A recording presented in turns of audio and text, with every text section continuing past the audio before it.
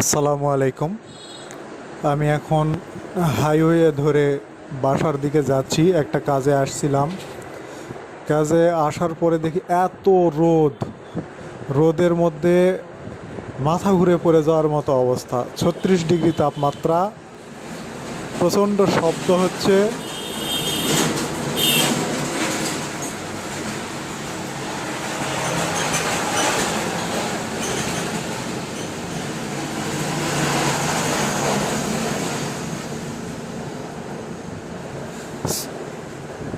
36 degree তাপমাত্রা, প্রচণ্ড শব্দ, এত রাস্তার পিচ গলে গেছে, বিটুমিন গলে গেছে, এমন অবস্থা।